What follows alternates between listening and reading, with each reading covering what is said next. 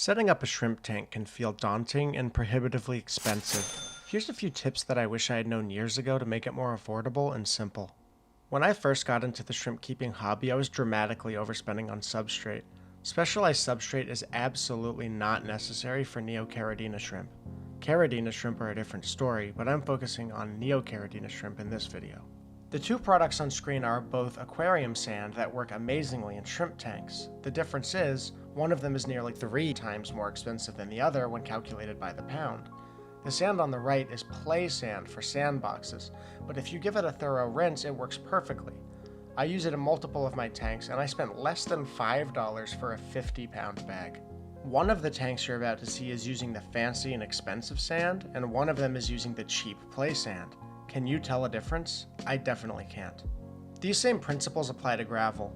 Buying bags of aquarium gravel from the fish store is very cost inefficient. This gravel is no more special or unique than what you could get in bulk at a garden center or home improvement store. Don't overspend on substrate.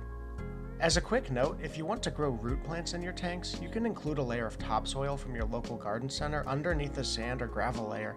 This has worked great for me in the past. Just be sure to remove the larger chunks of sticks and debris from it. So with substrate out of the way, we can move on to products like bottled bacteria, things like Fritz Turbo Start, Seed, Dr. Tim's ammonia.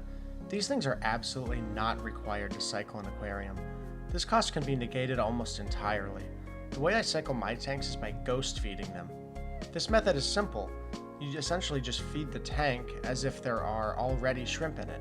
This will add an ammonia source and get the tank cycling, just using the fish or shrimp food that you'd be feeding normally.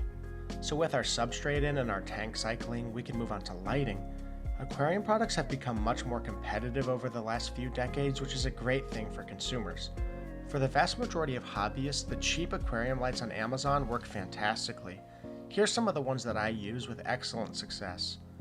I've been able to grow a variety of plants with no issues at all.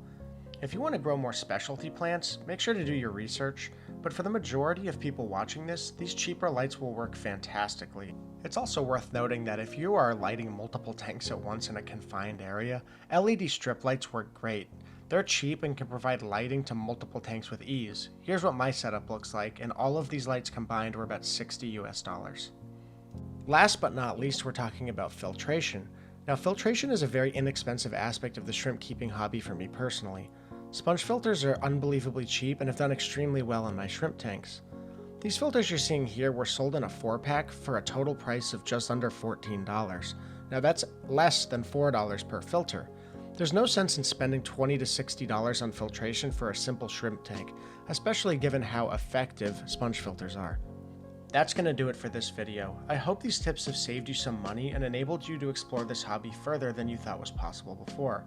If you have any questions, leave them down below and I'll get back to you as quickly as I'm able. If you liked the video, please leave a like and subscribe if you'd like to see more helpful and entertaining videos in the future. Take care and happy shrimp keeping.